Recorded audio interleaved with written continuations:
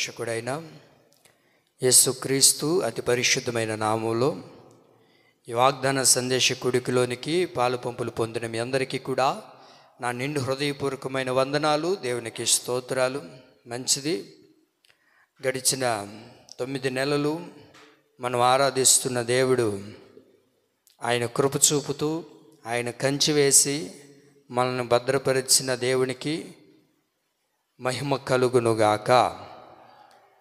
ఈ 10వ నెలలో ప్రార్థన చేస్తూ ఉన్నప్పుడు, ఈ 10వ నెలకు తగిన వాగ్దానం కొరకు ప్రార్థన చేస్తూ ఉన్నప్పుడు ప్రభు నా హృదయంలో ఉంచిన మంచి మాట, అందరూ పరిశుద్ధ గ్రంథాలు తెరిచి జకరియా గ్రంథం 13వ అధ్యాయం, జకరియా గ్రంథం 13వ అధ్యాయం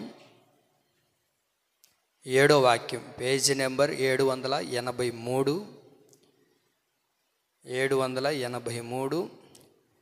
జకరియా గ్రంథం 13వ అధ్యాయం 7వ వాక్యంలో రాయబడిన మాట, చివరిగా రాయబడిన మాటను నేను చదువుతున్నాను. చిన్నవారి మీద నేను నా హస్తము నుంచుదును. మరొకసారి ఈ 10వ నెలలో ప్రభు మనతో వాగ్దానం చేస్తున్న మాట, జకరియా గ్రంథం 13వ అధ్యాయం 7వ వాక్యంలో రాయబడిన మాట, చిన్నవారి మీద నేను నా హస్తమును నుంచుదును. ఇదే యెహోవా వాక్కు. ఈ 10వ నెలలో మనం ఆరాధిస్తున్న దేవుడు మన మీద ఆయన హస్తాన్ని ఉంచబోతూ ఉన్నాడు. ఆమేన్. మన కుటుంబాల మీద ఆయన హస్తము ఉంచునుగాక, మన బిడ్డల మీద ఆయన హస్తము ఉంచునుగాక, మన సంఘం మీద ప్రభు ఆయన హస్తము ఉంచునుగాక, మన దేశం మీద ఆయన హస్తము ఉంచునుగాక. ప్రభు చెప్పకనే చెప్తున్న ఓ మంచి మాట, చిన్నవారి మీద నా హస్తము ఉంచుదును. దేవుని యొక్క హస్తము ఎవరి మీద ఉంటుంది? దేవుని యొక్క హస్తము ఎవరిపైన ఆయన చాపుతాడు అని అంటే, వాక్యంలో రాయబడి ఉంది, చిన్నవారి మీద నేను నా హస్తమును ఉంచుదును. ఎవరి మీద ఉంచుతాడంటే ఆయన హస్తము? చిన్నవారి మీద ఆయన హస్తాన్ని ఉంచుతాడంట. ఈ హస్తము ఏం చేస్తుంది అని అంటే, సాహసమైన కార్యాలు, అద్భుతమైన కార్యాలు, ఎనలేని గొప్ప కార్యాలు ప్రభు చేయడం ప్రారంభిస్తారు. అయితే ఈ నెలలో ప్రభు యొక్క హస్తము మన మీద ఉండాలి అని అంటే మనం ఏమవ్వాలో తెలుసా? చిన్నవారిగా మార్చబడాలి. ఆమేన్. ఏమవ్వాలి? చిన్నవారిగా మార్చబడాలి. వాక్యంలో ఎవరి మీద ఆయన హస్తాన్ని ఉంచుతాడు? పెద్దవారి మీద, ముసలోళ్ళ మీదనా? ఎవరి మీద ఉంచుతాడంట ఆయన హస్తము? చిన్నవారి మీద ఆయన హస్తాన్ని ఉంచుతాడంట. ఒకసారి మనం లోతుగా ఆలోచించగలిగితే, ఎందుకని చిన్నవారి మీద ఆయన హస్తాన్ని ఉంచుతానని ప్రభు సెలవిస్తూ ఉన్నాడు? ఇంతకీ చిన్నవారిలో ఉన్న గుణగణాలు ఎలాంటివి? ఎందుకని చిన్నవారి మీద ఆయన హస్తాన్ని చాపాలని, ఆయన హస్తాన్ని ఉంచాలి అని ప్రభు కోరుకుంటూ ఉన్నాడు? ఇంతకీ ఎవరు ఈ చిన్నవారు? ఎలా మనం చిన్నవారిగా మార్చబడాలి అని అంటే, దేవుని ప్రియులారా, చిన్నవారు అని అంటే మత్తయి సువార్త 8వ అధ్యాయం, క్షమించాలి, మత్తయి సువార్త 18వ అధ్యాయం, మత్తయి సువార్త 18వ అధ్యాయం 2వ వాక్యం నుంచి చదువుకుందాం. మొదటి వాక్యం నుంచే చదువుకుందాం. ఆ కాలమున శిష్యులు యేసు వద్దకు వచ్చి, పరలోక రాజ్యంలో ఎవడు గొప్పవాడని అడుగుగా, ఆయన యొక్క చిన్న బిడ్డను తన యొద్దకు పిలిచి వారి మధ్యను నిలవబెట్టి ఇట్లా, నేను మీరు మార్పు నొంది బిడ్డల వంటి వారైతేనే గాని పరలోక రాజ్యములో ప్రవేశింపరని మీతో నిశ్చయముగా చెప్పుచూ ఉన్నాను. శిష్యులు యేసు ప్రభువుని అడుగుతూ ఉన్నారు, దేవా, పరలోక రాజ్యంలో ఎవరు గొప్పవారిగా ఉంటారు? పరలోక రాజ్యంలో ఎవరు గొప్పవారిగా ఉంటారు? ఎవరు ప్రథమ స్థానంలో నిలబడతారు?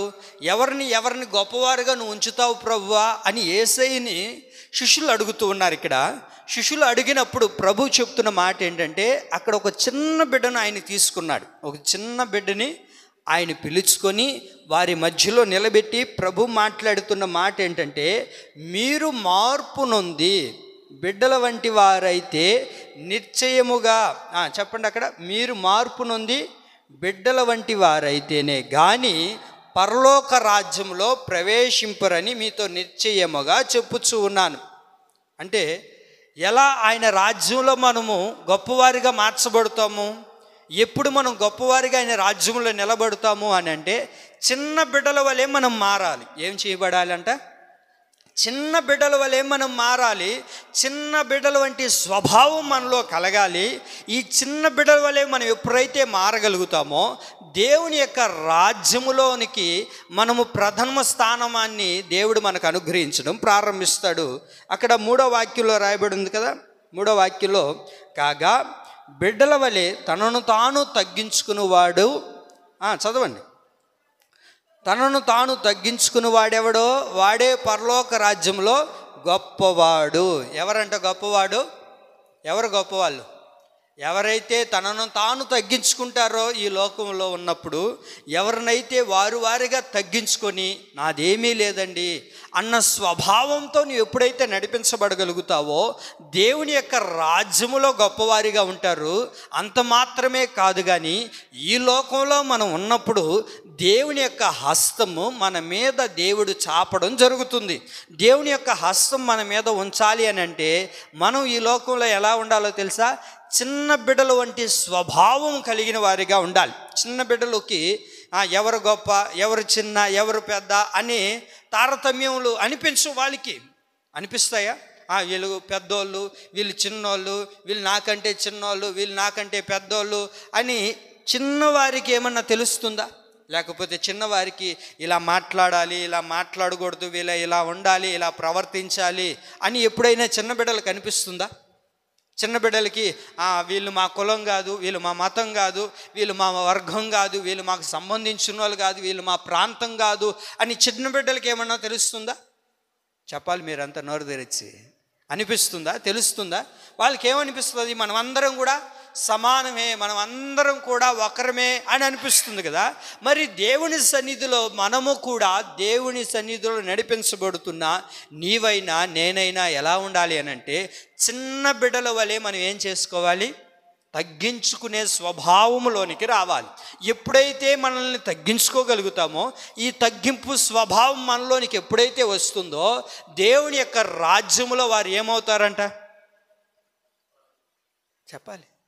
దేవుని యొక్క రాజ్యంలో ఏమవుతారు? వారు గొప్పవారిగా మార్చబడతారు. దేవుని యొక్క రాజ్యంలో గొప్పవారిగా మారాలి అని అంటే ఈ లోకంలో మనం ఉన్నప్పుడు ఎలా ఉండాలో తెలుసా?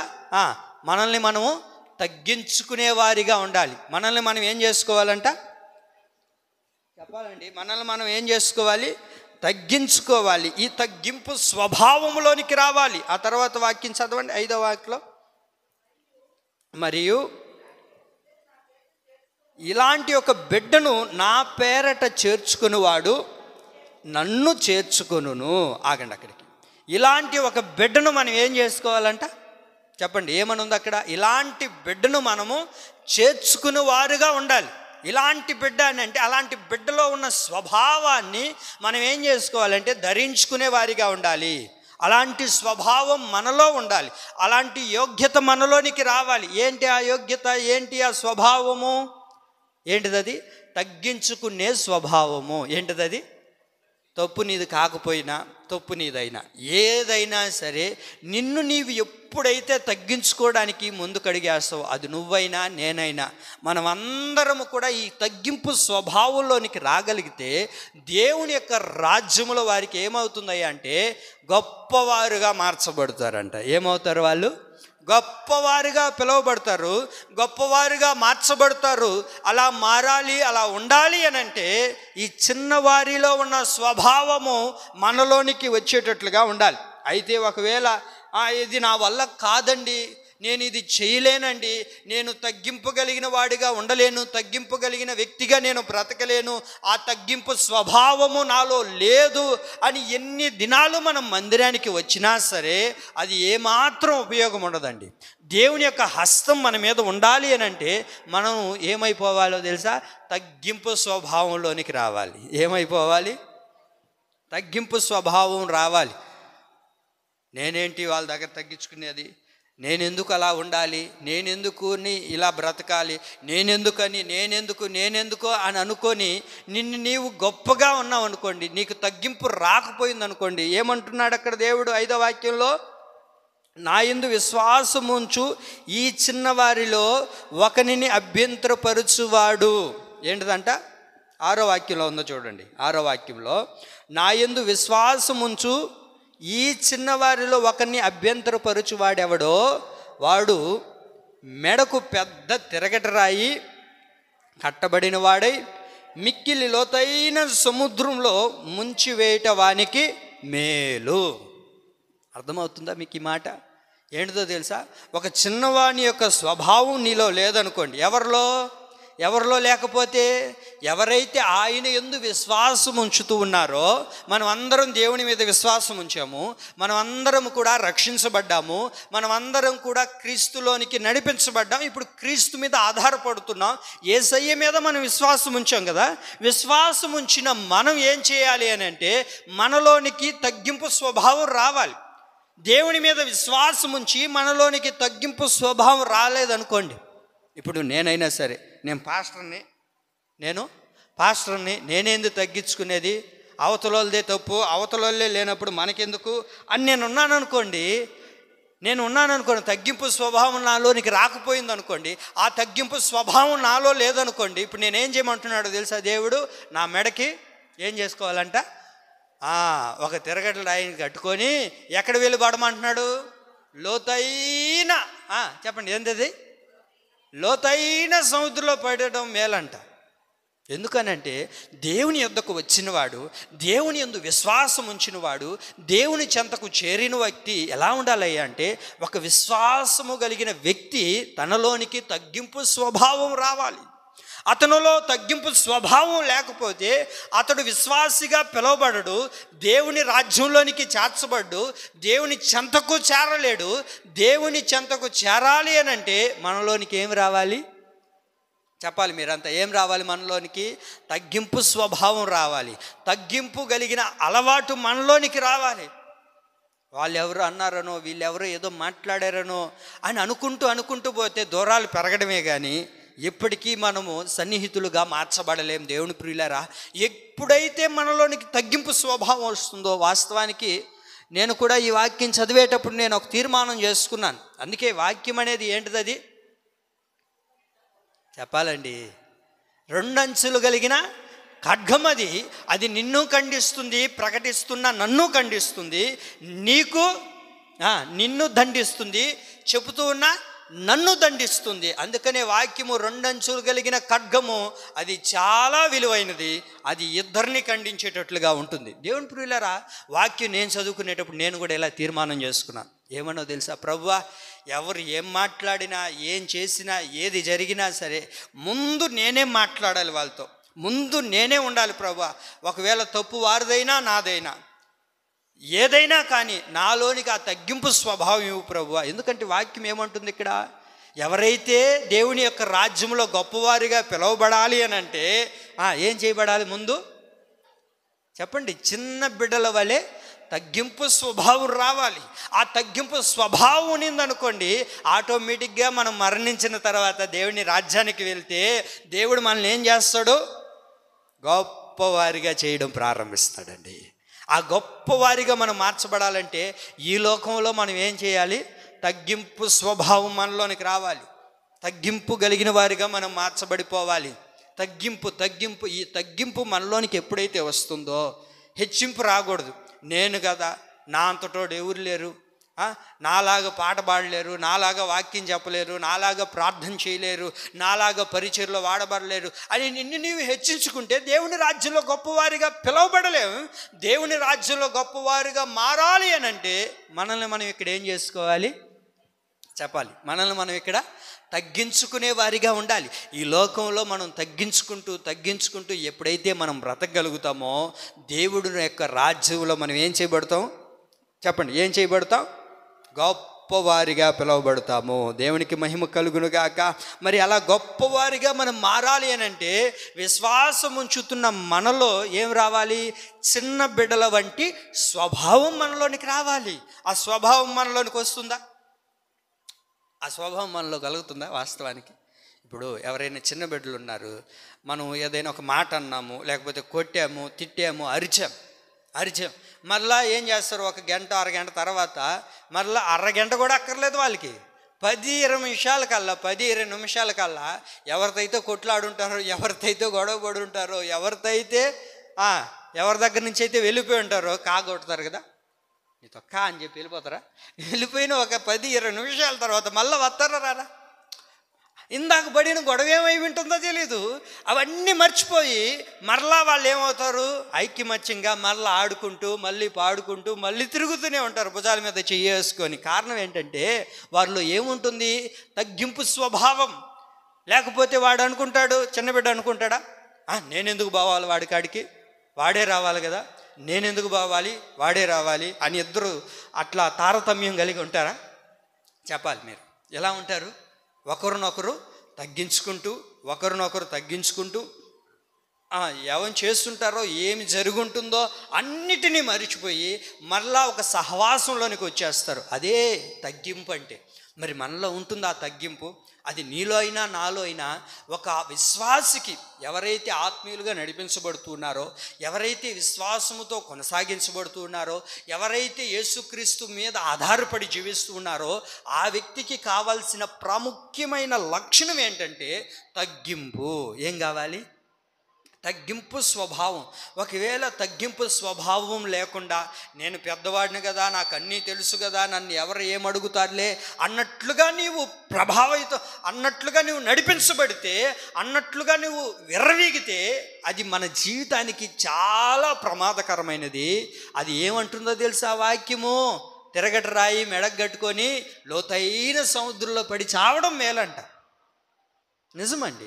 ఎందుకనంటే దేవుని దగ్గరకు వచ్చిన వ్యక్తికి, యేసుక్రీస్తు నమ్ముకున్న వ్యక్తికి, యేసుక్రీస్తు మీద ఆధారపడిన వ్యక్తికి ఉండవలసిందే మొట్టమొదటి లక్షణం ఏంటంటే తగ్గింపు స్వభావం.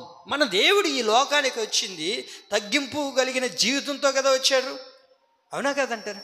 నేనెందుకు వెళ్ళాలి ఈ లోకానికి, నేనెందుకని వారి కోసం ప్రాణం పెట్టాలి, వాళ్ళు ఏమన్నా మంచోళ్ళ, వాళ్ళ కోసం నేనెందుకు నన్ను నేను తగ్గించుకొని నా సింహాసనాన్ని విడిచిపెట్టి ఆ లోకానికి వెళ్ళి వాళ్ళ కొరకు ఎందుకు నేను శ్రమ పడాలి, వారి కొరకు వాళ్ళ దగ్గర వీళ్ళ దగ్గర నేను ఎందుకు మాట్లాడాలి, వారి దగ్గర వీరి దగ్గర నా ముఖం మీద ఎందుకు ఉమ్మి వేసుకోవాలి, వారి దగ్గర వీరి దగ్గర నేను ఎందుకు మాట్లాడాలి అని ప్రభు ఏనాడు కూడా అనుకోలేదు. ప్రభు అనుకోకుండా ఆయన తనను తాను తగ్గించుకుని ఈ లోకానికి రిక్తుడుగా వచ్చి మన కొరకు ప్రాణాన్ని పెట్టాడే, మన కొరకు ఆయన తగ్గించుకున్నాడే. మరి మనం ఎంతటి వారం అండి? అవునా కదా? మనం ఎంతటి వారిమే? మరి మనం తగ్గించుకోకపోతే దేవుని రాజ్యములో గొప్పవారిగా మార్చబడతామా? యేసుక్రీస్తు గొప్ప దేవుడు అని మనం పిలవడానికి కారణం ఏంటంటే ఆయన ఈ లోకానికి మన కొరకు దిగి వచ్చి మన కొరకు ఏం చేశాడు? ఆయన ప్రాణాన్ని పెట్టాడు. మన కొరకు ఆ జీవము కలిగిన దేవుడు, ఆ మహోన్నతుడైన దేవుడు, ఆ పరిశుద్ధుడైన దేవుడు, ఆ వాత్సల్యత కలిగిన దేవుడు, ఆ ప్రేమాస్వరూపైన దేవుడు మన కొరకు ఈ లోకానికి దిగి వచ్చి మన కొరకు ఆయన ప్రాణాన్ని దారబోసాడే. మరి అంత గొప్ప దేవుడే తనను తాను తగ్గించుకున్నప్పుడు నీవు నేను ఎంతటి వారమండి? క్షణమాత్రమైన వారు. మనలో ఏముంది? మనలో ఏ మంచి ఉందండి? ఏమండి? ఏమీ లేదు. మనకెందుకండి విర్రవీగుట్టుకోవడం? మనం ఎందుకు కొన్నిసార్లు నేనెందుకు వెళ్ళాలి, నేనెందుకు చేయాలి, నేనెందుకు అనేది చనిపోవాలి మనలో. ఎప్పుడైతే అలా చనిపోతామో మనలోనికి తగ్గింపు స్వభావం వచ్చినప్పుడే మనం దేవుని రాజ్యంలో ఏమవుతామంట? గొప్పవారిగా పిలువబడతామండి. దేవునికి మహిమ కలుగునుగాక.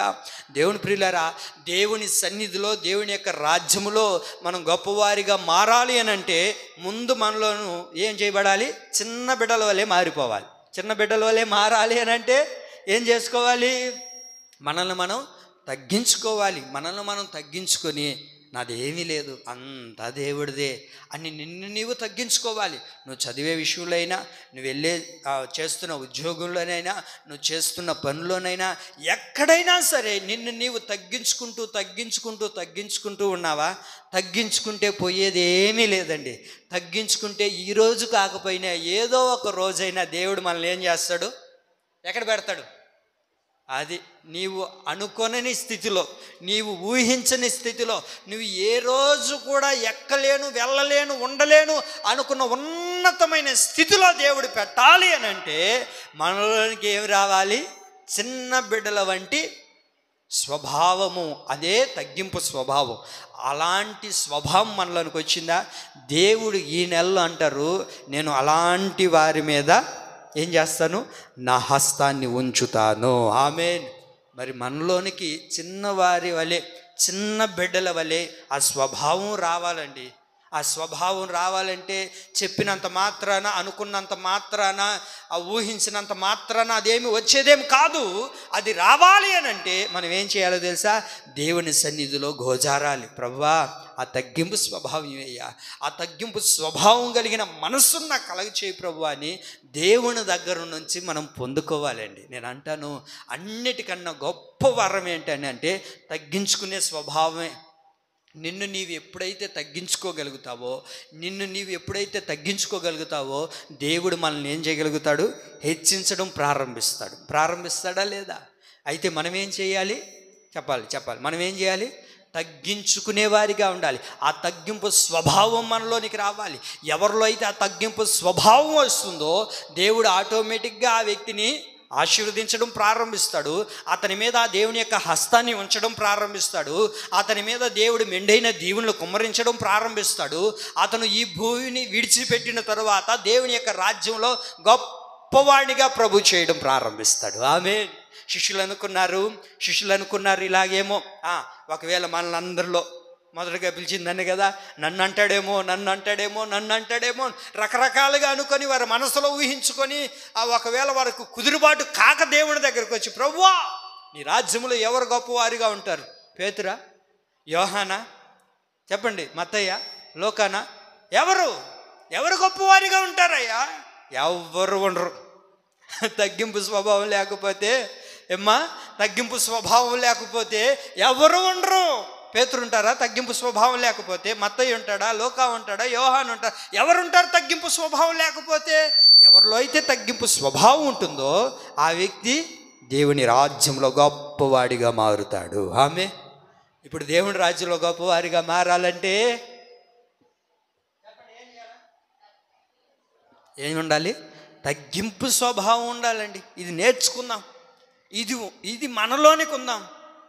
అంటున్నాను అనుకోబాకండి, మీ గురించి ఏమి అనట్లేదు, మనలో అన్నాను. మనలో అంటే మనందరమే, ప్రకటిస్తున్న నేనైనా వింటున్న మీరైనా మన అందరిలో కూడా ఈ తగ్గింపు స్వభావం రావాలండి. ఈ తగ్గింపు స్వభావం వచ్చిందనుకోండి, ఆటోమేటిక్గా ఇక్కడ ఒకవేళ మనకు ఇతరులు చూసే వాళ్ళు అనుకుండొచ్చు, నువ్వెందుకు తగ్గించుకోవాల్సి వచ్చింది? నీ తప్పు లేదు కదా, నీ అవసరత లేదు కదా, నువ్వెందుకు తగ్గించుకోవాలి? వాళ్ళది కదా తప్పు, వాళ్ళే వస్తారులే, వాళ్ళే మాట్లాడతారులే, వాళ్ళే చేస్తారులే, అసలు నువ్వెందుకు తగ్గించుకోవాలి అని మన ప్రక్కన వారో లేకపోతే మన పొరుగు వారో మనకు సన్నిహితులైన వారో మాట్లాడొచ్చు. కానీ దేవుని ప్రియులారా, అలాంటి మాటలు ఏవి కూడా నీ జీవన పెట్టకుండా ఏమవుతుంది? తగ్గించుకుంటే మనల్ని మనం తగ్గించుకున్నాం అనుకోండి, ఇప్పుడు నేను పొట్టోడైపోతానా? చెప్పాలి. ఇప్పుడు నేను తగ్గించుకున్నాం అనుకోండి, మనల్ని మనం తగ్గించుకున్నాం, మనం ఏమన్నా పొట్టోళ్ళు అయిపోతామా? లేకపోతే మన ఇల్లు ఏమన్నా పడిపోతుందా? మన తల మీద ఉన్న కిరీటాలు పడిపోతాయా? చెప్పాలి. నేను ఒక్క మాట చెప్పనా, చూసే మనుషులకి ఒకవేళ వీళ్ళంతేనండి, ఎప్పుడు చూసినా వాళ్ళతో తప్పు లేకపోయినా వాళ్ళే తగ్గించుకొని తలంచుకొని వెళ్ళిపోతారు, ఏం మనుషులోనండి వాళ్ళు అని వాళ్ళకి అనిపించవచ్చు. కానీ మన దేవుడు ఉన్నారే, ఆయన ఏం చేస్తాడో తెలుసా? ఆయన రాజ్యంలోనికి వెళ్ళినప్పుడు నా బిడ్డ ఎవరో తెలుసా? నా బిడ్డ గొప్పవాడు. ఈ గొప్పతనం దేవుని చెంత మనం పొందుకోవాలి అని అంటే మనలోనికి ఏం రావాలో తెలుసా? చిన్న బిడ్డల వంటి తగ్గింపు స్వభావం మనలోనికి రావాలి. వస్తుందా? అది రావాలి అని అంటే మనం ఏం చేయాలి? దేవుని దగ్గర కూర్చొని గోజారి, ప్రభువా అది నాకు అనుగ్రహించయ్యా, అది నాకు కావాలి ప్రభువా, నా యందు విశ్వాసం ఉంచువాడు ఈ చిన్నవాడిలో ఒకరిని అభ్యంతరపరుచువాడెవడో అంటాడు అక్కడ. ఏంటిది అది? ఎవరైతే అభ్యంతరపరుస్తుంటారు కొందరు, ఏమని? చిన్నవారి మన దగ్గరకు వస్తుంది. చిన్నవారు అంటే ఏం చెప్పుకున్నాం? చిన్నవారంటే తగ్గింపు అన్నాను. మీరు అక్కడ గుర్తుపెట్టుకోవాలి. చిన్నవారంటే తగ్గింపు స్వభావం మనలోనికి వచ్చేటప్పుడు కొన్నిసార్లు మనం ఏం చేస్తామంటే అభ్యంతరపరుస్తూ ఉంటాం. మనకు ఆలోచన వస్తుంది. ప్రార్థన చేసుకునేటప్పుడైనా, వాక్యం చదువుకునేటప్పుడైనా, లేకపోతే దేవుని దగ్గర కూర్చున్నప్పుడైనా మనకు ఆలోచన వస్తుంది, ఏమైపోతుంది తగ్గించుకుంటే అని ఆలోచన వచ్చిన ఆ చిన్నవాణి యొక్క మనస్తత్వం మనలో కలిగిన మనం ఏం చేస్తుంటాం? దాన్ని చెప్పాలి. ఏం చేస్తుంటాం? దాన్ని అభ్యంతరపరుస్తూ ఉంటాం. నువ్వు రావద్దులే, నీతో అవసరం లేదులే, నువ్వు వద్దులే అని దూరం పెట్టుకున్నాం అనుకోండి, మనం ఎందుకు ఉపయోగపడము. మనం చివరికి ఏమవుతామో తెలుసా? చనిపోవడం మేలు. అంతేనా వాక్యంలో ఉండేది? మెడకి ఏం చేసుకోవాలంట? అది తిరగటి రాయి కట్టుకొని ఎందుకు లోతైన సముద్రంలో పడమన్నాడు? తిరగటి రాయి, ఒక పెద్ద రాయి మన మెడకి తాడేసి కట్టుకునేసి సముద్రంలో దూకామనుకోండి, మరలా రాగలుగుతాం ఈత కొట్టుకొని? మామూలుగా దూకేస్తే ఈత కొట్టుకొని రాగలుగుతాము, కొట్టుకొని బయట వచ్చేస్తాం. కానీ అదే ఒక రాయిని మెడకు కట్టుకొని, ఒక తాడితో రాయిని కట్టుకొని ఆ సముద్రంలో దూకామనుకోండి, నీకు ఈత వచ్చినా రాగలుగుతావు బయటికి? నువ్వు చచ్చినా కూడా బయట రాలేవు. ఇప్పుడు మామూలుగా చచ్చిపోయారు అనుకోండి, కొంతమంది చూస్తుంటాం సముద్రంలో దూకి లేకపోతే కొట్టుకొని వెళ్ళిపోయి మరలా సముద్రం మళ్ళీ బయట తీసుకొని వస్తుందా లేదా? వస్తుంది. కానీ ఈ తిరగటి రాయి కట్టుకొని చచ్చినామనుకోండి, సముద్రంలో పడ్డామనుకోండి, ఇంక బయట రాలేము, ఇంక అక్కడే ఉండిపోతాం. కారణం ఏంటంటే మనలో తగ్గింపు స్వభావం లేకపోతే, చిన్న బిడ్డల వంటి తగ్గింపు స్వభావం లేకపోతే ఒక రోజు ఉంది, ఆ రోజున దేవుని రాజ్యానికి వెళ్ళినా, తీర్పులో నిలబడినా సరే ఎక్కడికి వెళ్ళిపోతామయ్యా అంటే మరలా తిరిగి రాలేని ఆ నిత్యగ్నికి ఆహుతైపోతాం. అక్కడి నుంచి మనం తప్పించబడాలి అని అంటే ఆయన యందు విశ్వాసం ఉంచు వాడిలో ఏముండాలి? తగ్గింపు స్వభావం ఉండాలి. ఈ తగ్గింపు స్వభావం మనలో అవలంబించుకుందాం, మనలోనికి చేర్చుకుందాం, మనలో ఉండేటట్లుగా చూసుకుందాం. ఏమవుతుంది? ఒకరినొకరు తగ్గించుకుంటూ, ఒకరితో ఒకరు సన్నిహితంగా మాట్లాడుకుంటూ ఎప్పుడైతే ఆ తగ్గింపు స్వభావంలోనికి మనం రాగలుగుతామో, మనలోనికి ఆ తగ్గింపు స్వభావం వస్తుందో, ఆటోమేటిక్గా దేవుని యొక్క రాజ్యంలో మనం గొప్పవారిగా మారిపోతామండి. మారాలి అని అంటే మనలోనికి ఏం రావాలి? తగ్గింపు స్వభావం రావాలి. ఆ తగ్గింపు స్వభావం ఉంటేనే వాడు ఏమవుతాడు? దేవుని యొక్క రాజ్యంలో గొప్పవారిగా పిలువబడతారు. అలాంటి వారి మీదే దేవుని యొక్క హస్తము దేవుడు తోడుగా ఉంచుతాడు. పాస్టరయ్య, గడిచిన 9 నెలలు ఎలాగో గడిచిపోయాయి, ఈ 10వ నెలలో దేవుని యొక్క హస్తం మా మీద ఉండాలి, మన మీద దేవుని యొక్క హస్తము ఉంచాలి అని అంటే మనలో తగ్గింపు స్వభావం ఉందనుకోండి, ఈ 10వ నెలలో దేవుని యొక్క హస్తం మన మీద అందరి మీద ఉండునుగాక. ఎవరి మీద ఉంటుందంట? అందరి మీద కాదు. తగ్గింపు స్వభావం ఎవరిలో అయితే ఉంటుందో వారి మీద మాత్రమే ఆయన హస్తాన్ని ఉంచడం ప్రారంభించునుగాక. ఆమేన్. అయితే ప్రియులారా, ఈ చిన్నవారు ఎలా ఉన్నారో తెలుసా? ఈ చిన్నవారు ఎలా ఉన్నారు అని అంటే, ఈ చిన్నవారు ఎలా ఉంటారు అని అంటే, యోహాను రాసిన మొదటి పత్రిక వాక్యం చూడండి. యోహాను రాసిన మొదటి పత్రిక 2వ అధ్యాయము. యోహాను రాసిన మొదటి పత్రిక 2వ అధ్యాయము 12వ వాక్యం. యోహాను రాసిన మొదటి పత్రిక 2వ అధ్యాయము 12వ వాక్యం. చిన్నపిల్లలారా, ఆయన నామమును బట్టి మీ పాపములు క్షమింపబడి ఉన్నవి గనుక మీకు రాయుచున్నాను. దైవజనుడు ఆయన రాస్తున్న ఈ పత్రికల్లో చాలా సందర్భాల్లో చాలా దగ్గర చిన్నపిల్లలారా అని ప్రస్తావించే మాట్లాడతారు. అక్కడ ఆ దైవజనుడు మాట్లాడుతున్న మాట ఏంటంటే, చిన్నవారిగా ఉంటే దేవుడు ఏం చేస్తాడయ్యా అంటే, చిన్నవారిగా ఉంటే దేవుడు ఏం చేస్తాడు అని అంటే, రెండోదిగా మన పాపాలన్నిటినీ దేవుడు క్షమిస్తాడంట. ఏం చేస్తాడంట దేవుడు? మన పాపాలన్నీ దేవుడు క్షమిస్తాడు. మన పాపాలన్నీ దేవుడు క్షమించాలి అని అంటే మనం ఏం చేయబడాలి? దేవుని సన్నిధిలో చిన్నవారిగా మారాలి. చిన్న బిడ్డల్ని దేవుడు ఏం చేస్తున్నాడు? వారి యొక్క పాపాలని క్షమిస్తూ ఉన్నాడు.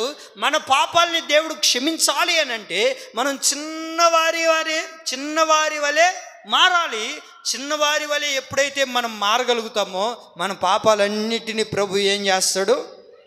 చెప్పండి, ఏం చేస్తాడు? క్షమించడం ప్రారంభిస్తాడు.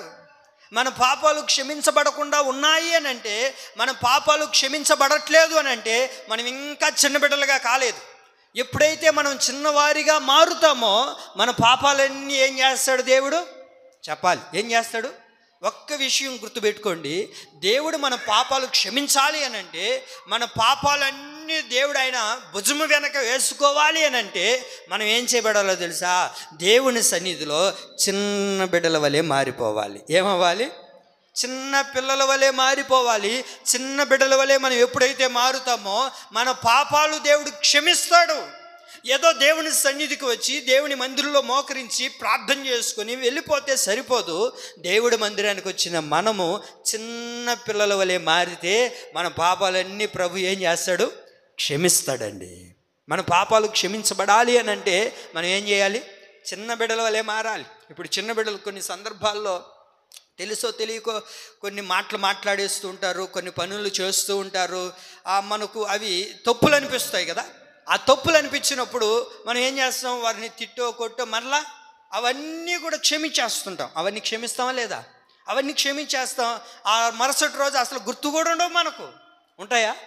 గుర్తు కూడా ఉండవు. వాళ్ళు ఏం చేశారో, వాళ్ళు ఏం తప్పు చేశారో, వాళ్ళు ఎలాంటి మాటలు మాట్లాడారో, ఎలాంటి తప్పు త్రోవలో నడిపించబడ్డారో అవన్నీ మనం ఏం చేస్తాం? తెలుసో తెలియకో చేశారులే, చిన్న బిడ్డలు కదా అని వారిని మనం క్షమిస్తామా? క్షమించమా? ఖచ్చితంగా క్షమిస్తాం. మరి మనమే క్షమిస్తూ ఉన్నప్పుడు మన దేవుడు మనల్ని క్షమించాలి అని అంటే ఆయన సన్నిధిలోనికి మనం ఎలా రావాలి? చిన్న పిల్లల వలె రావాలి. చిన్న పిల్లల వలె మనం ఎప్పుడైతే దేవుని సన్నిధిలో ఉంటామో మన పాపాలన్నిటినీ ప్రభు క్షమించడం ప్రారంభిస్తాడండి. మన పాపాలు క్షమించబడాలి అని అంటే మనం ప్రభు సన్నిధికి వచ్చినప్పుడు ప్రభువా అని తనను తాను తగ్గించుకున్న వ్యక్తిలోనే వారి జీవితాల్లో చిన్నపిల్లలుగా మారినప్పుడే వారి యొక్క పాపాలన్నిటినీ ప్రభు ఏం చేస్తాడు? చెప్పాలండి, ఏం చేస్తాడు? క్షమించడం ప్రారంభిస్తాడు. మన పాపాలు ఆయన క్షమించడం ప్రారంభిస్తాడు. ఈ 2వ అధ్యాయం 1వ వాక్యంలో కూడా మంచి మాటలు రాయబడి ఉంటాయి, చదువుదామా? నా చిన్న పిల్లలారా, మీరు పాపము చేయకుండుటకై ఈ సంగతులు మీకు రాయుచు ఉన్నాను. ఎవడైనను పాపము చేసిన యెడల నీతిమంతుడైన యేసుక్రీస్తు అనే ఉత్తరవాది అది తండ్రి యొద్ద మనకున్నాడు. ఆయనే మన పాపములకు శాంతికరమై ఉన్నాడు. మన పాపములకు మాత్రమే కాదు, సర్వలోకమునకు శాంతికరమై ఉన్నాడు. ఆయన మన పాపాలన్నిటినీ కూడా క్షమిస్తూ ఉన్నాడు. ఆయన మన పాపాలన్నిటిని కూడా తుడిచివేస్తూ ఉన్నాడు. ఎవరు పాపాలు తుడిచివేస్తాడు? ఎవరు పాపాలు దేవుడు క్షమిస్తాడంట? చిన్నవారి యొక్క పాపాలు. ఎవరి పాపాలు? చెప్పాలి.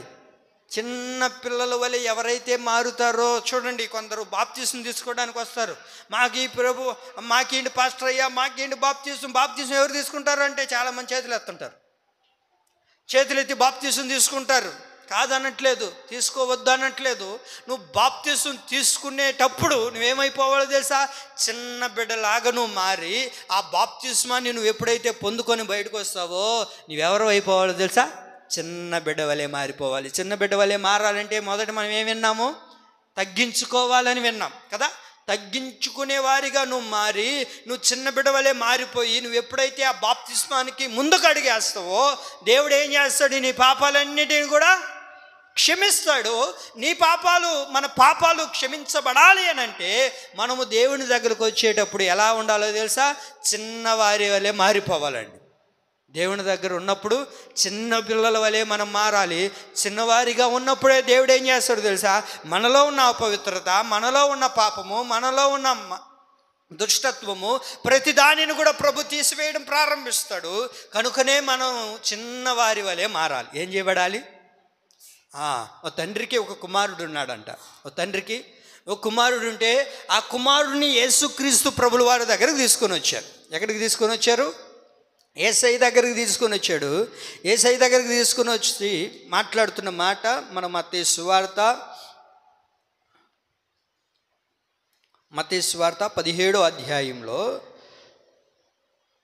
మనం చూడగలుగుతాం. అక్కడ 14 నుంచి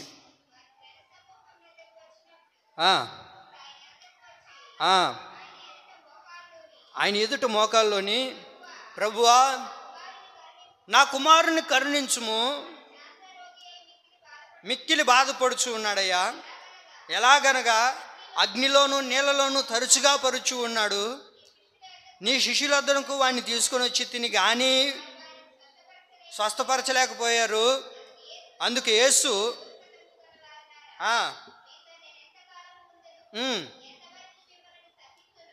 ఓకే అంతట యేసు ఆ దయ్యమును గద్దింపగా అది వానిని వదిలిపోయిను. ఆ గడియ నుండి ఆ చిన్నవాడు స్వస్థత నొందెను. ఎవడు పాపం నుండి విడిపించబడతాడు? వినాలి మీరు. ఇక్కడ ఓ తండ్రి కుమారుని తీసుకొని వచ్చాయా, నా కుమారుడు తరచుగా అగ్నిలో పడిపోతున్నాడు, నీళ్ళలో పడిపోతున్నాడు, వాడికి ఏదో పట్టింది మొత్తానికి, మరి దాని నుంచి విముక్తి పొందాలయ్యా అని యేసయ్య దగ్గరికి తీసుకొని వచ్చాడు. శిష్యులు ఏం చేయలేకపోయారు. ఆ తర్వాత ప్రభు వారిని గద్దించాడు. ఆ తర్వాత ఈ వ్యక్తిని, ఎవరైతే పాపములో ఉన్నారో, దురాత్మ పట్టిందంటే ఎక్కడున్నట్టు వాడు పాపములో ఉన్నాడు, పాపపు అలవాట్లలో ఉన్నాడు. ఆ పాపము నుంచి విడుదల పొందాలి, స్వస్థపరచబడాలి అని అంటే దేవుడు అతన్ని ఏం చేశాడు? దేవుడు అతన్ని ఏం చేశాడు? గద్దించాడు. దేవుడు అతన్ని గద్దించినప్పుడు అది వదిలిపోయిను. ఆ చిన్నవాడు ఇప్పుడు ఏమయ్యాడు? ఆ చిన్నవాడు స్వస్థత నొందాడు. ఇక్కడ మీరు బాగా వినాల్సిన మాట ఏంటంటే, దేవుడు అతన్ని గద్దించెను అని రాయబడు. దేవుడు అతన్ని ఏం చేశాడు? గద్దించాడు. హలో బ్రదర్, నువ్వు పలానా పాపం చేస్తున్నావు, పలానా తప్పు నువ్వు చేస్తున్నావు, పలానా వ్యవహారంలో నువ్వు ఉన్నావు, పలాని చేష్టల్లో నువ్వు బ్రతుకుతున్నావు, పలాని క్రియలు నీలో ఉన్నాయి, పలాని అలవాట్లు నీలో క్రియ చేస్తూ ఉన్నాయి, పలాని దారిలో నువ్వు నడుస్తూ ఉన్నావు, ఇది సరైనది కాదు అని దేవుడి యొక్క వాక్యము ద్వారా దేవుడు మనల్ని గద్దించినప్పుడు మనం ఏం చేయాలో తెలుసా? దాన్ని వదిలేసేవారిగా ఉండాలి. అందరూ వదిలేస్తారా? అందరూ వదలలేరు.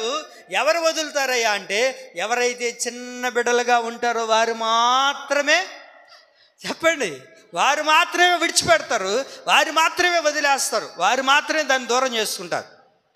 పెద్దవారిగా ఉన్నారనుకోండి, ఏదైనా చెప్పామనుకోండి, అది మంచో ఏదో మరొకటి చెప్పాం, ఇప్పుడు ఏమంటారు చెప్పండి, మీరు చెప్పండి.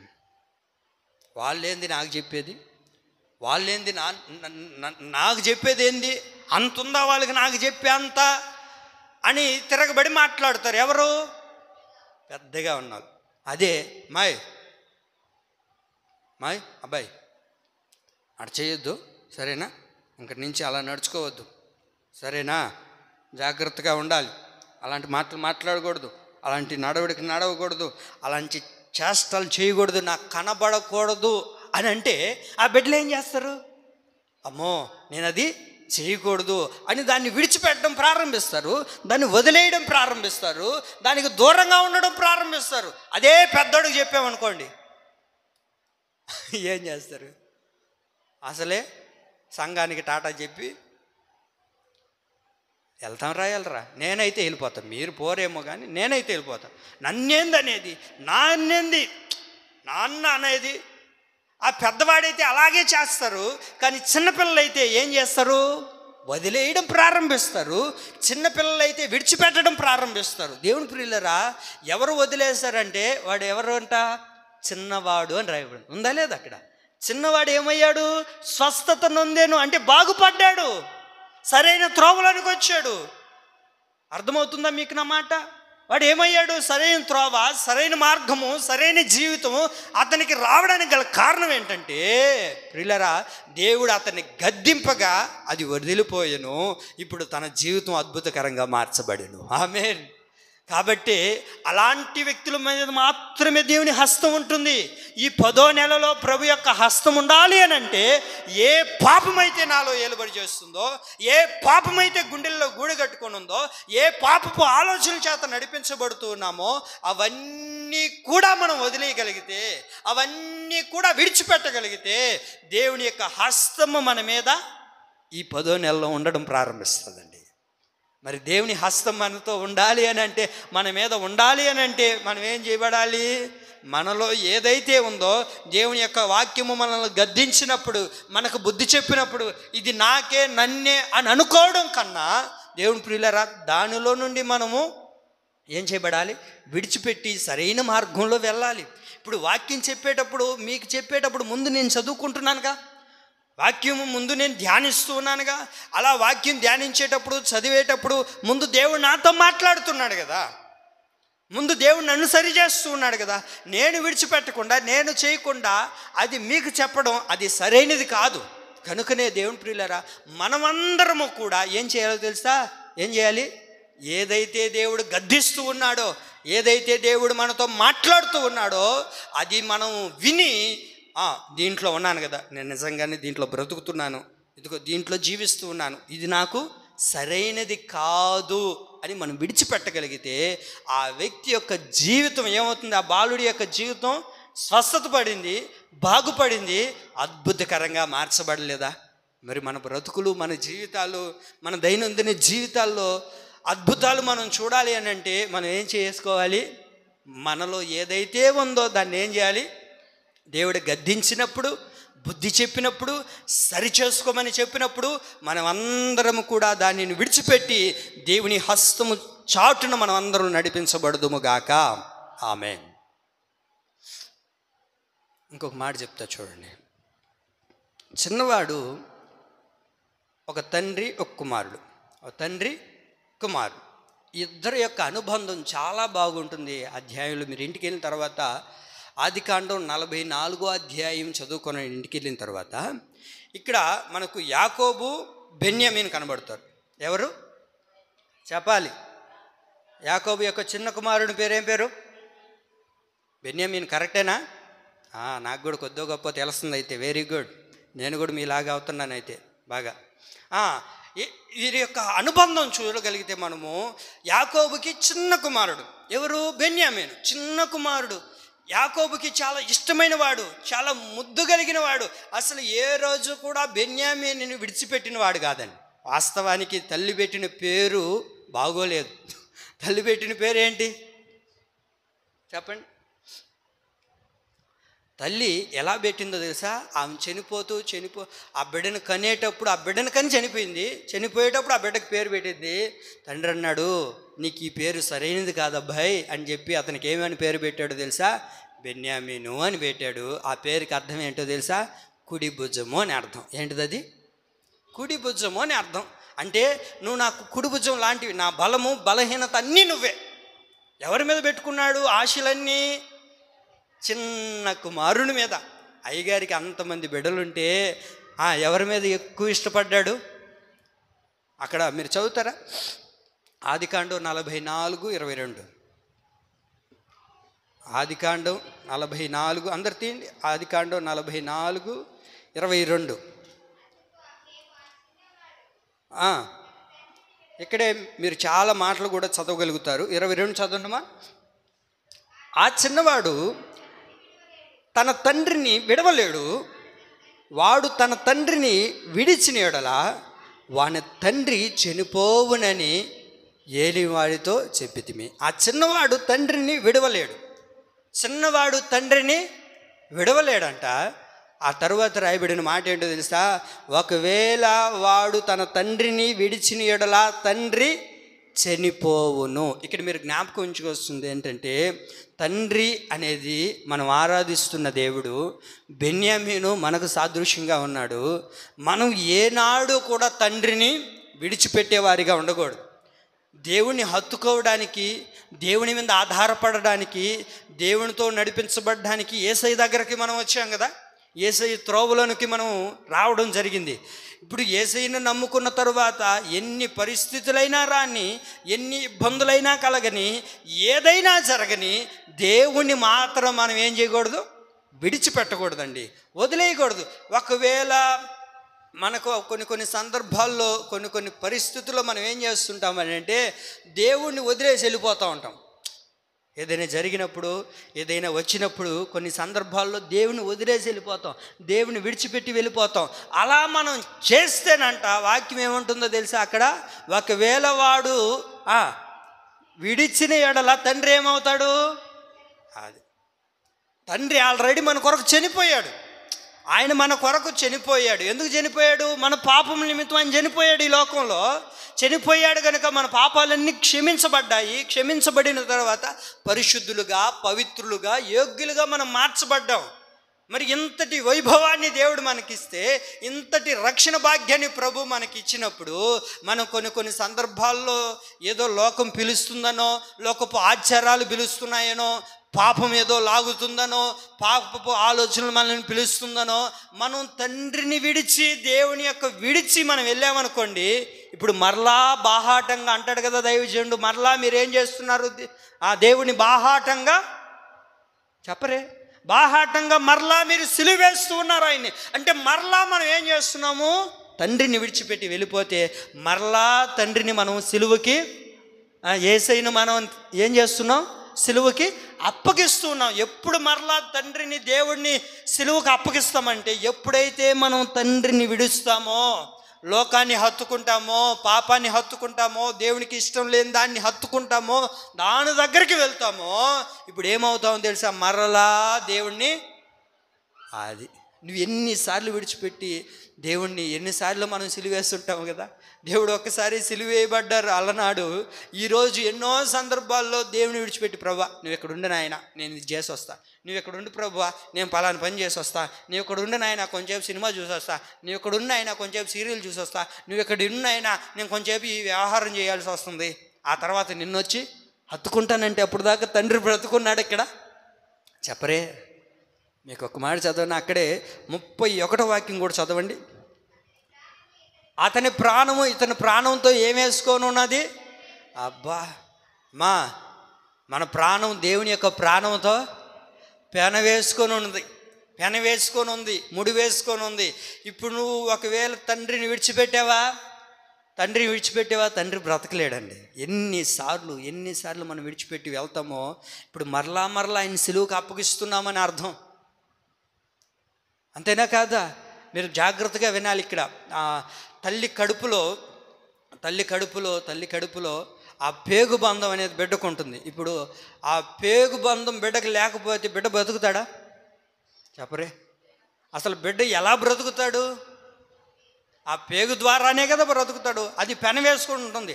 తల్లికి బిడ్డకి ఒక బంధం అనేది ఉందంటే, ఏ బంధం అది? పేగు బంధం అంటాం కదా. అట్లాగే తండ్రితో మనకు ఏమై ఉండాలి, ఒక పెన వేసుకునే బంధంలో ఉండాలి. అప్పుడు మనకు అర్థమైపోవాలి, మనం విడిచిపెడితే మనము చచ్చిపోతాం, మనమేమి సురక్షితంగా ఉండలేము. అలాగని తండ్రి కూడా సంతోషంగా ఉండలేడండి. 34వ వాక్యం కూడా చూడండి. 34వ వాక్యం కూడా, ఆ చిన్నవాడు నాతో కూడా లేని ఎడల నా తండ్రి యొద్దకు నేను ఎలా వెళ్ళగలుగుతాను? వినాలి మీరు ఇక్కడ బాగా. చిన్నవాడు మనలో లేకపోతే మనం తండ్రి యొద్దకు రాలేమండి, తండ్రి యొద్ద నిలబడలేమండి. యేసయ్య దగ్గరకు మనం వెళ్ళలేం. పరలోకానికి వెళ్ళాలన్నా, పరలోక రాజ్యంలోనికి మనం స్థానం తెచ్చుకోవాలన్నా, ఆయన రాకడలో మనం ఎత్తబడాలి అనన్నా, ఆయన రాకడలో మనము అలాంటి సౌభాగ్యాన్ని మనం పొందుకోవాలన్నా మనలో ఏముండాలో తెలుసా? చిన్నవారి వలె మనం ఆ లక్షణాలు, ఆ స్వభావాలు మనలో ఉండాలి. చిన్నవాడు ఏమంటాడు అక్కడ, ఈ చిన్నవాడు నాతో కూడా ఉంటేనే కానీ నా తండ్రి యొద్దకు నేను, అది తండ్రి యొద్దకు వెళ్ళాలి అని అంటే, ఆ తండ్రితో మనం ఉండాలి అని అంటే మనం ఏమై ఉండాలి? చిన్నవారిగా మారాలండి.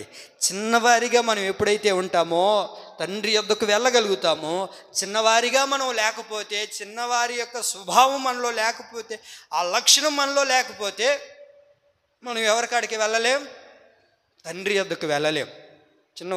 చిన్నవారు అంటే ఏమని చెప్పుకున్నాం? తగ్గింపు స్వభావము, పాపాన్ని విడిచిపెట్టే స్వభావము, ఇది చిన్నవారిలో ఉంటుంది. ఇది ఉన్నప్పుడే తండ్రి యొద్దకు చేరగలుగుతాము.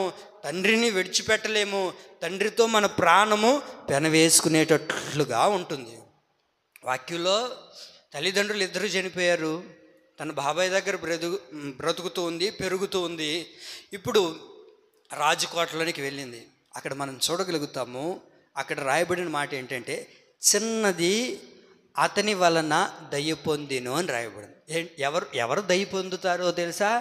చిన్నవారు ఎవరైతే ఉంటారో వారే దయ పొందుతారు. రాజుగారికి అంతకుముందు రాణి ఉన్నారుగా, భార్య ఉందిగా. మరి ఆమెను తృణీకరించి, ఆమెను దూరం పెట్టి, ఆమెను వెలివేయడానికి గల కారణం ఏంటంటే, ఆమెలో ఏమి ఎలుబడి చేస్తుంది చెప్పాలి? తగ్గింపు ఉందా ఆమెలో? గర్వం ఏలుబడి చేస్తుంది. కనుకనే ఇలాంటి వ్యక్తి నా రాజ్యానికి, నాతో పాటు ఉండడానికి ఈమె అర్హురాలు కాదు అని చెప్పి ఆమెను విడిచిపెట్టి, ఆమెను దూరం చేసి ఎవరిని తీసుకొని వచ్చుకున్నాడు? అక్కడ చూడండి, 2వ అధ్యాయం 9వ వాక్యం. ఎస్తేరు గ్రంథం 2వ అధ్యాయం 9వ వాక్యం. ఆ చిన్నది ఆయన దృష్టికి ఇంపైనది కనుక అది ఏం పొందింది? దయ పొందింది, కృప పొందింది. ఆ కృప, ఆ దయ రావడానికి గల కారణం ఏంటంటే ఆమె చిన్నది. ఎవరు? చిన్నది. చిన్నవారైతేనే, చిన్నదిగా నువ్వు ఎప్పుడైతే ఉండగలుగుతావో, చిన్నవారిగా ఎప్పుడైతే మారగలుగుతామో, ఏమండి, ప్రతిదానికి లోబడతాం, ప్రతిదానికి కూడా లోబడతాం. అప్పుడే మనకేం కలుగుతుందో తెలుసా? దయ కలుగుతుంది. ఇప్పుడు ఎవరైనా సరే మనం వెళ్తూ ఉంటాం, ఎవరైనా చిన్న బిడ్డలు మనకు తెలుసో తెలియకపోయినా చిన్న బిడ్డలుగా కనబడి వాళ్ళు అదొక మాదిరిగా కనబడ్డారు అనుకోండి, మనకు వెంటనే ఏమవుతుంది? వాళ్ళ మీద దయ కలుగుతుంది. మన చేతిలో ఏదైనా ఉంటే వాళ్ళకి ఇవ్వాలనిపిస్తూ ఉంటుంది. ఎందుకని? వాళ్ళు చిన్నవారు కనుక. వారు ఆ స్థితిలో మనం చూడలేకపోతున్నాం. మనుషులుగా మనమే చూడలేనప్పుడు ఇప్పుడు తండ్రి చూడగలుగుతాడా? ఆయన్ని ఆరాధిస్తున్న బిడ్డ, ఆయన నమ్ముకున్న బిడ్డ, ఏమండి, అలాంటి బిడ్డను దేవుడు విడిచిపెడతాడా? ఆ చిన్నదానికి ఏం చేయబడింది? దయ పొందుకునింది. 17వ వాక్యంలో రాయబడి ఉంటుంది చూడండి. 17వ వాక్యంలో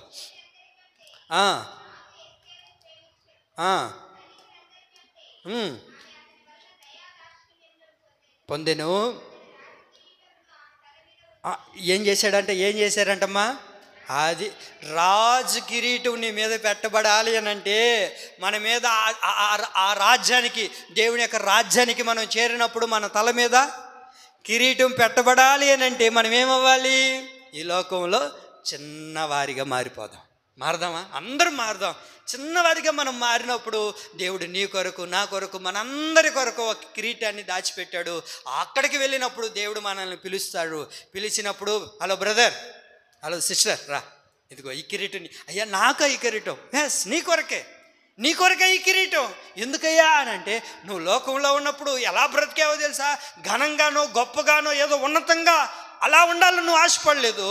నా ఎదుట నువ్వు చిన్న వ్యక్తిగా, చిన్నవారిగా, చిన్నదానిగా ఉన్నావు గనుక నీవు నా రాజ్యంలోనికి వచ్చినప్పుడు, నా కోటలో నువ్వు నివసిస్తున్నప్పుడు ఏమిస్తాడు ఆయన?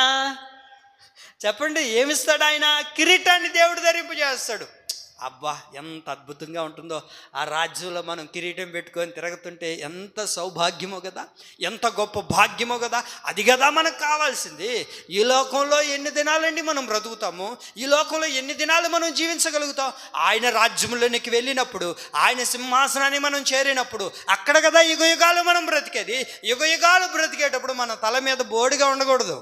మన తల మీద ఏముండాలి? రాజకోటలో చేర్చబడిన యువరాణులందరికీ, ఏమండి, మనం అందరం ఎవరి? వధు సంఘం కదా. యేసుక్రీస్తు ప్రభుల వారికి మనం ఏమై ఉన్నాము? వధువు సంఘంగా ఉన్నాం. మరి ఈ వధువు ఆయన రాజ్యానికి వెళ్ళినప్పుడు మనకి ఏం పెట్టబడాలి? కిరీటం పెట్టబడాలి. అంటే మనం ఏం చేయబడాలి? చెప్పాలి. ఏం చేయబడాలి? చిన్నవారిగా మారాలండి. చిన్నవారిగా మారితే దేవుని యొక్క దయ పొందుకుంటాం. ఆయన కోటలోనికి వెళ్ళినప్పుడు, ఆయన రాజ్యంలోనికి వెళ్ళినప్పుడు దేవుడు మనకి ఏం కలిగజేస్తాడంట? అది ఒక కిరీటాన్ని ప్రభు మనకి ఇవ్వడం ప్రారంభిస్తాడు. ఒక గొప్ప హోదాను ప్రభు మనకి ఇవ్వడం ప్రారంభిస్తాడండి. చిన్నవారు ఏం చేస్తారు తెలుసా? చిన్నవారు ఏం చేస్తారు చెప్పనా? ఇతరుల గురించి ఏది కూడా చెడుగా చెప్పరండి. వాళ్ళ గురించి ఏది తెలిసినా, ఏ వ్యవహారమైనా, అది చెడ్డదైనా, అది గొబ్బు కొట్టేదైనా, అది కుళ్ళిపోయిన వ్యవహారమైనా సరే ఇతరులకు ఏమాత్రం చెప్పరు. ఎవరో తెలుసా? ఎవరు? చెప్పాలి. ఎవరు? చిన్నవారు. ఎవరయ్యా అని అంటే వాక్యంలో చూద్దాం. రాజుల 2వ గ్రంథం 5వ అధ్యాయము. రాజుల 2వ గ్రంథం 5వ అధ్యాయంలో మనకు బాగా సుపరిచయమైన మాటలే ఇది చెప్పిన మనం ముగించుకుందాం.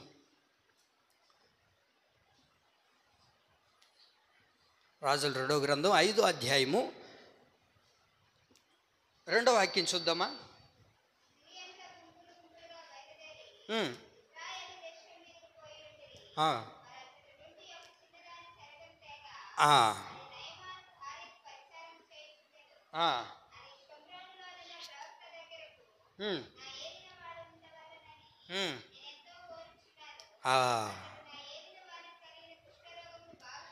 కుష్ఠరోగమును బాగు చేయునని తన యజమానురాలతో చెప్పెను.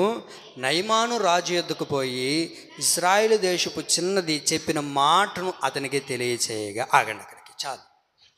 ఇది మనకు చాలాసార్లు విన్నాం, మనకు చాలాసార్లు తెలిసిన సుపరిచయమైన మాటలే కదా. ఆ ఇశ్రాయేలీల్లో నుండి వారి మీదకి వెళ్ళినప్పుడు అక్కడ నుంచి ఒక చిన్న దానిని తీసుకొని వచ్చారు. ఎవరిని తీసుకొని వచ్చారు? పెద్దోళ్ళనే, ముసలోళ్ళనే? చెప్పండి అండి, ఎవరిని తీసుకొని వచ్చారు? యవనస్తులనే? చిన్న దానిని తీసుకొని వచ్చారంట. ఏమండి, ఆ చిన్నదానిని తీసుకొని వచ్చినప్పుడు జరిగిన ఆ సంగతి ఏంటో తెలుసా? ఆ చిన్నది వారి ఇంటిలో ఉన్నప్పుడు ఇప్పుడు అక్కడ ఒక వ్యక్తికి ఏం కలిగింది? నయమానికి కుష్ఠరోగం కలిగింది. వాస్తవానికి పరిశుద్ధ గ్రంథంలో పాత నిబంధనలో మనం చూడగలిగితే ఎవరికైనా కుష్ఠరోగం అయిందనుకోండి, వారు ఎక్కడుండాలో తెలుసా? ఊరి అవతల, ఊరి గవిని బయట ఉండాలి. అదే కదా మత్తయి సువార్తలో కూడా మనం చూడగలుగుతాం. ఆ 10 మంది ఎక్కడుండేవాళ్ళు? ఊరి అవతలే ఉండేవారు. ఎందుకంటే అది అపవిత్రమైనదని వారు ఎంచి బయట ఉండేవాళ్ళు కదా. మరి ఈయన బయట ఉన్నాడా? బయట లేడు. ఎందుకనంటే తనలో ఉన్నది దాచిపెట్టుకుంటూ వచ్చాడు. ఇంటి వాళ్ళు కప్పిపెట్టచ్చు. ఏమండి, వినాలి. ఆ ఇంట్లో వాళ్ళు అయితే దాచిపెడుతూ ఉంటారు కదా. ఇంట్లో వాళ్ళు అయితే లోపల ఉందలే, ఎవరికి చెప్పకూడదని దాచిపెట్టుకుంటూ వచ్చారు. ఇప్పుడు బయట నుంచి వచ్చిన వ్యక్తి ఈమె కదా. ఇశ్రాయేలు చిన్నది బయట నుండి వచ్చింది, దేవుని బిడ్డ ఆమె కదా. దేవుని బిడ్డ బయట నుంచి వస్తే ఇప్పుడు వాస్తవానికి ఏం చేయాలి? నన్ను ఒక దాసురాలుగా తీసుకొని వచ్చారు. మా తల్లిదండ్రులకి, నా బంధువులకి, నా ఇరుగు పొరుగు వారికి, నా ఫ్రెండ్స్కి అందరికీ దూరం చేసుకొని నన్ను ఎక్కడికి తీసుకొని వచ్చి నన్ను ఏం చేశారు? ఇక్కడ ఒక బానిసగా, ఒక దాసిగా నన్ను ఇక్కడ ఉంచారు. వీళ్ళని ఎట్లాగైనా సరే వీళ్ళ విషయాలన్నీ అప్పటి వరకు గప్పుచుప్పుగానే ఉన్నింది. ఎప్పుడు వచ్చిందో తెలియదు. మొత్తానికి అయ్యగారి కుష్టి ఎప్పటి నుంచో ఉన్నిందేమో అండి. కానీ మొత్తానికి ఇప్పుడు బయటపడింది. ఈ చిన్నది ఏం చేసింది? బయటికి వెళ్ళి చెప్పిందా? ఇది చెడ్డ వ్యవహారమే, చెడైన వ్యవహారమే. అది గొబ్బు కొడుతుంటుంది కదా. కుష్టి అనేది చాలా గొబ్బు కొడుతుంటుంది, చాలా వాసన వస్తుంది, అది చెడ్డది. కానీ ఆ చెడ్డ విషయాన్ని ఏ రోజైనా ఈ బిడ్డ వెళ్ళి బయటికి చెప్పిందా? చెప్పలేదండి. ఎందుకో తెలుసా? ఇశ్రాయేలు చిన్నది కనుక. ఎవరామి? ఇశ్రాయేలు అంటే ఎవరు? దేవుని బిడ్డలు, దేవుని యొక్క స్వాస్థ్యము. నీవు నేను దేవుని యొక్క స్వాస్థ్యమై ఉన్నప్పుడు ఎవరి గురించి అయినా చెడుగా మనకు తెలిసినా అది చాలా గొబ్బు కొట్టేదైనా. కుష్టు అనేది ఏంటిది? అది కుష్టు వ్యాధి ఎలా ఉంటుంది? వాసన కొడుతుంటుంది, చాలా చేదరించుకునేదిగా ఉంటుంది. అంటే చెడుకు సాదృశ్యంగా కనబడుతుంది. అది చెడు వ్యవహారం, అది మనకు అక్కర్లేదు. మనకు తెలిసినప్పటికీ నువ్వేం చేయాలో తెలుసా? దాన్ని ఏమండి, ఇతరులకు చెప్పేవారిగా ఉండకూడదు. వాళ్ళకే చెప్పి వారే దాని నుండి ఎలా విముక్తి పొందాల వరకు నువ్వు చెప్పాలి. ఇప్పుడు ఆ చెడ్డ వ్యవహారంలో అతను ఉన్నప్పుడు, ఆ కుష్టితో ఉన్నప్పుడు ఆ బిడ్డ ఎవరికైనా వెళ్ళి చెప్పిందా? ఏం చెప్పింది అసలు? వాస్తవానికి ఆ బిడ్డ ఏం చెప్పింది? అయ్యా, ఈ కుష్టు నుంచి విడుదల పొందాలి అని అంటే ఇదిగో ఐవారిపల్లిలో ఒక ఇమ్మానుయేలు ప్రార్థనా మందిరం ఉంటుంది. ఆ ప్రార్థనా మందిరంలోనికి మీరు వెళ్ళగలిగితే అక్కడ ఒక దైవజనుడు ఉంటాడు. ఆ దైవజనుడి దగ్గరికి వెళ్ళి మీరు ప్రార్థన చేసుకోగలిగితే, సంఘంలో మీరు ప్రార్థన చేయగలిగితే అక్కడ దేవుడు మిమ్మల్ని స్వస్థపరుస్తాడు. ఆమేన్. ఏం చేస్తాడు దేవుడు? చెప్పరే? దేవుడు స్వస్థపరుస్తాడు. నువ్వు అక్కడ దైవ సేవకుడి దగ్గరికి వెళ్ళు, ఆ సంఘానికి వెళ్ళు. అక్కడికి నువ్వు వెళ్ళి దేవుని సన్నిధిలో మోకరించి ప్రార్థన చేసుకోగలిగితే దైవ సేవకుడు ఏం చెప్తాడో దాన్ని విని ఆ ప్రకారంగా చెయ్యి. అలా చేయగలిగితే దేవుడు ఏం చేస్తాడో తెలుసా?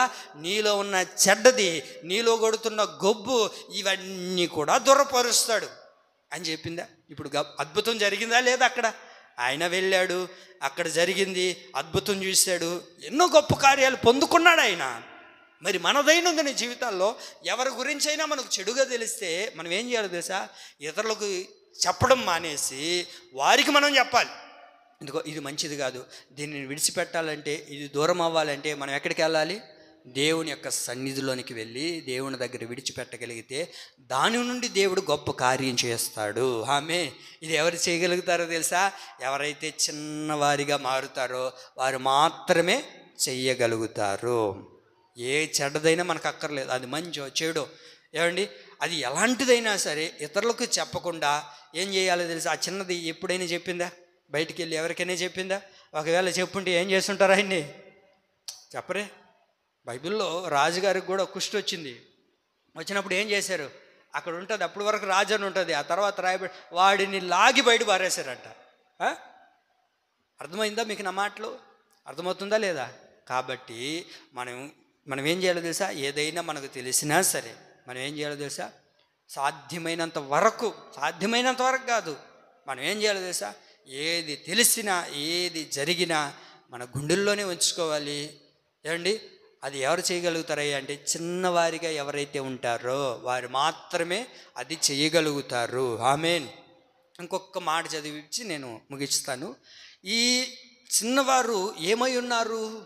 ఎందుకు చిన్నవారి మీద నా హస్తాన్ని ప్రభు ఉంచుతాను అంటున్నాడు అంటే ప్రసంగి గ్రంథం 4వ అధ్యాయం 13వ వాక్యం.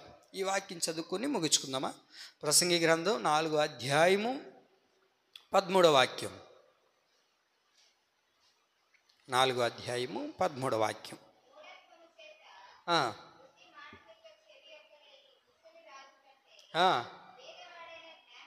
భేదవాడైన జ్ఞానవంతుడగు చిన్నవాడే శ్రేష్ఠుడు. చిన్నవాడు ఎవరో తెలుసా? శ్రేష్ఠుడు అని రాయబడింది. అర్థమవుతుందా మీకు నా మాట? ఇదిగో ఇక్కడ రాయబడిన మాట, భేదవాడైన జ్ఞానవంతుడు. ఎవరు? భేదవాడే కావచ్చు. దేవుణ్ణి నమ్ముకున్న వాడికి ఏమున్నా లేకపోయినా ఈ లోకంలో దేవుని దగ్గర జ్ఞానాన్ని పొందుకున్నాడు, దేవుణ్ణే అతను పొందుకున్నాడు, పైనుండి వచ్చి జ్ఞానాన్ని తాను పొందుకున్నాడు. వాడు చిన్నవాడయ్యాడు. వాడు దేవుని దృష్టిలో ఏమవుతున్నాడు? శ్రేష్టమైన వాడిగా పిలువబడుతున్నాడు. నీవు నేను దేవుని దృష్టికి శ్రేష్టమైన వారిగా మార్చబడాలి, దేవుని దృష్టికి శ్రేష్టమైన వారిగా పిలువబడాలి, దేవుని దృష్టిలో మనం శ్రేష్టమైన వారిగా అనిపించుకోవాలి అని అంటే మనం ఏం చేయబడాలో తెలుసా? చిన్నవారిగా మారాలి. మరి ఈ చిన్నవారిగా మారితే ప్రభు అంటారు, ఈ నెలలో ఇలాంటి వారి మీదనే నా హస్తాన్ని ఉంచుతాను, ఇలాంటి వారి మీదనే నా హస్తాన్ని చాపుతాను. అప్పుడప్పుడు మనం ఒక మాటలు వింటుంటాం, ఎవరికైనా మనం ఇవ్వాలన్నా, ఎవరికైనా ఏదైనా మనం చేయాలన్నా మన చేత్తో ఇవ్వు. ఏం చెప్తాము?